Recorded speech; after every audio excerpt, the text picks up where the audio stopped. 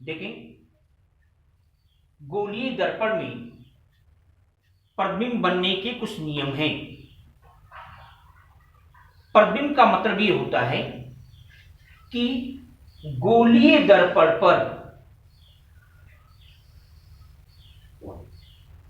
किसी वस्तु से चलने वाली किरण गोलीय दर्पण से परावर्तित होकर के जिस बिंदु पर मिलती है या जिस बिंदु से निकलती हुई प्रतीत होती है वही उसका प्रतिबिंब कहलाता है। प्रतिबिंब के बनने के लिए हम मुख्यतः 3 प्रकार के किरण आरेख को लेते हैं। उनके विषय में जरा देखें। अगर कोई प्रकाश की किरण मुख्य अक्ष प्रिंसिपल एक्सिस के समांतर, देखिए ये मुख्य अक्ष है, मुख्य अक्ष के समांतर आ रही है, प्रिंसिपल एक्सिस के पैरेलल आ रही है, तो जब इससे टकराएगी तो ये फोकस से जाएगी। अवतल दर्पण में, कॉनकेव मिरर में फोकस से जाएगी। उत्तल में क्या होगा, देखिए ये समांतर आपतित हो रही है, यहां टकराएगी, टकरा करके लौटेगी, इधर नहीं आएगी क्योंकि इधर पालिश लगा होता है, जाएगी इधर, लेकिन लगेगा कि ये फोकस से आ रही है, यहां से निकलती हुई प्रतीक। तो हमने देखा कि अगर मुख्य अक्ष के समांतर आ रही है तो या तो फोकस से होकर के जाएगी अवतल दर्पण में, या फोकस से निकलती हुई प्रतीत होती। फिर देखें, अगर इसका उल्टा कहें कि अगर ये फोकस से आ रही होती, फोकस से ऐसे किरण आ रही होती तो समांतर हो जाती। अवतल दर्पण में अगर फोकस से आएगी तो टकरा करके समांतर चली जाएगी, मुख्य अक्ष के समांतर हो जाएगी। और उत्तल में, कॉन्वेक्स में क्या होगा, अगर किरण ऐसे आ रही है, फोकस की सीध में आ रही है, तो टकराने के पश्चात वो मुख्य अक्ष के समांतर हो जाएगी, इस दिशा में जाएगी। तीसरे प्रकार की किरण देखें, 2 तो हमने बता दिया। एक हमने बताया कि अगर समांतर आ रही है तो फोकस से होकर के जाएगी या फोकस से निकलती प्रतीत होगी। दूसरा मैंने क्या बताया कि अगर फोकस से आएगी तो समांतर हो जाएगी। अब तीसरे प्रकार में क्या लेते हैं, अगर हम प्रकाशिक केंद्र से, अगर हम वक्रता केंद्र से किसी किरण को आपतित कराते हैं, वक्रता केंद्र से, तो वक्रता केंद्र का मतलब इस गोले का सेंटर, जिस गोले का हिस्सा आपका गोलीय दर्पण है, उस गोले का सेंटर, उस गोले का केंद्र ही वक्रता केंद्र कहलाता है। और हमने पढ़ा है कि त्रिज्या हमेशा गोले पर लंब होती है। तो अगर कोई किरण वक्रता केंद्र से आ रही है, वक्रता केंद्र से आ रही है, तो कन्फर्म है वह इस गोलीय दर्पण पर लंबवत पड़ रही होगी, 90 अंश के कोण पर पड़ रही होगी। तो इसलिए ये उसी मार्ग पर वापस लौट जाती है। तो अगर वक्रता केंद्र से होकर के कोई किरण आती है तो उसी मार्ग पर वापस लौट जाती है। अवतल दर्पण में, उत्तल में क्या होता है, देखिए अगर वक्रता केंद्र की सीध में आ रही है, सीध में, क्योंकि इसके इधर किरण आएगी नहीं क्योंकि इधर पालिश लगा होता है, वक्रता केंद्र की सीध में अगर आ रही है तो ये उसी मार्ग पर वापस लौट जाती है।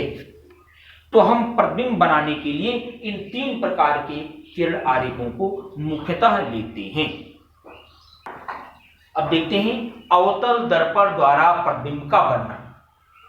पहली कंडीशन, मान लो वस्तु अनंत पर रखी है, अनंत से चलने वाली किरणों को हम सदैव समांतर मानते हैं, ये बात ध्यान रखिएगा। जो वस्तु अनंत पर होगी, अनंत से जो किरणें आएंगी वो परस्पर समांतर होती हैं। तो हमने 2 किरण ले लिया, एक ये आ रही है, एक ये आ रही है, ये दोनों कैसी आ रही है, समांतर है। एक मान लो फोकस से आ रहा है,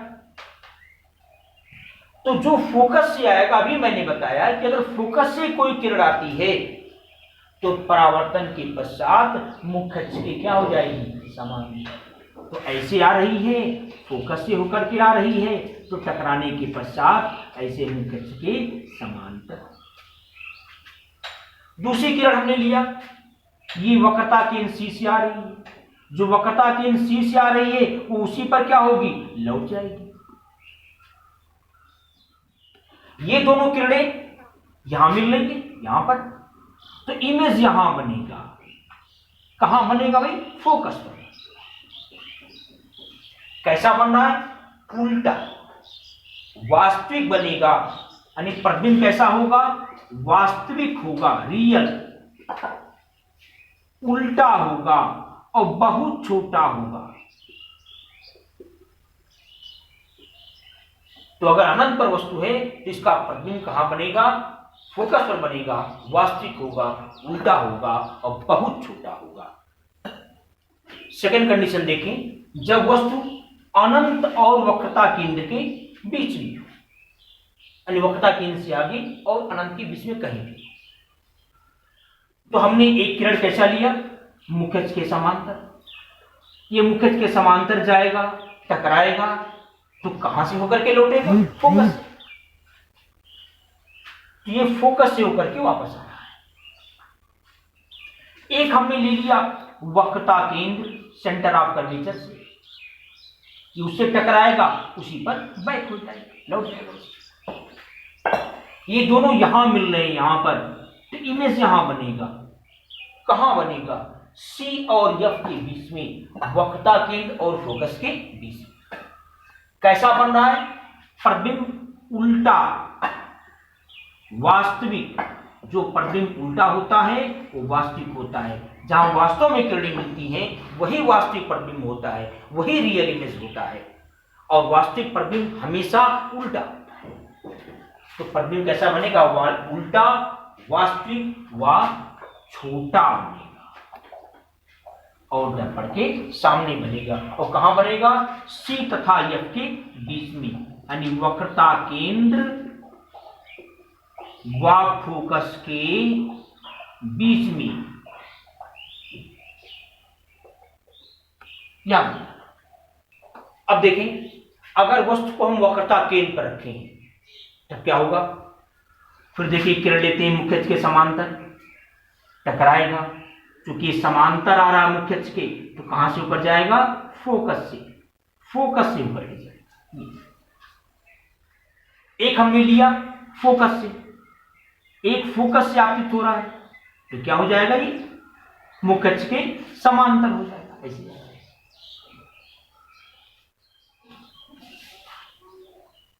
ये यहां मिल रही, यहां पर ये दोनों किरणें यहां मिल रही हैं, तो यहां इमेज बनेगा। यानी इसका प्रतिबिंब ठीक को ठीक वहीं इसी पर ही बनेगा, ठीक वस्तु के नीचे बनेगा। और वास्तविक होगा, वास्तविक होगा, क्योंकि किरणें वास्तव में यहां मिल रही हैं, वास्तविक है, उल्टा है और वस्तु के बराबर होगा, वास्तविक उल्टा वस्तु के बराबर। और कहां बनेगा, सी पर ही, यानी वक्रता केंद्र पर ही बनेगा।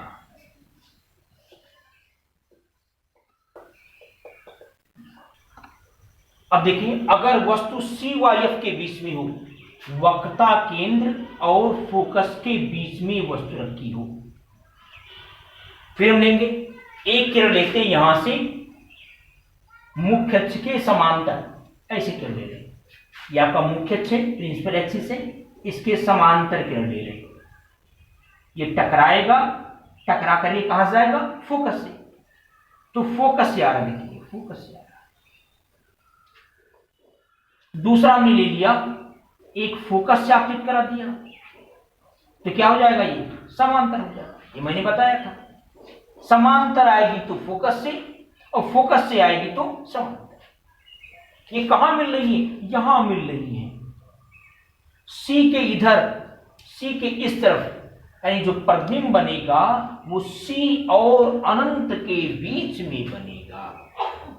यानी जो प्रतिबिंब बनेगा ये कैसा होगा? वास्तविक। वास्तविक क्यों होगा? क्योंकि वास्तव में किरण मिल रही है।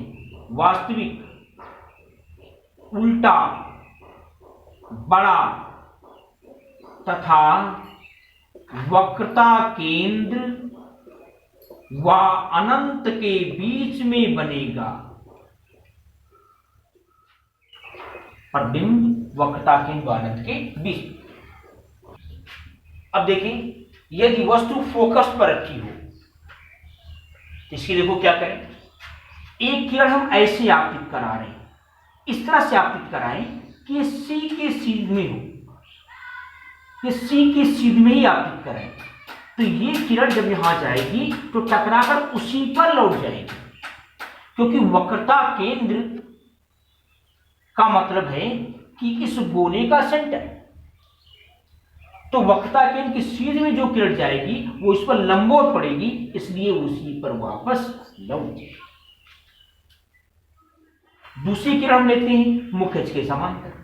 जब समांतर आपतित होगी तो फोकस से गुजर के जाएगी। और ये देखते हैं कि ये दोनों किरणें समांतर प्राप्त होती हैं, ये पैरेलल प्राप्त होती हैं, और समांतर किरणें कहां मिलती हैं? अनंत पर। इसका मतलब इसका जो प्रतिबिंब बनेगा वो कहां बनेगा? अनंत पर बनेगा। यानी कि जब वस्तु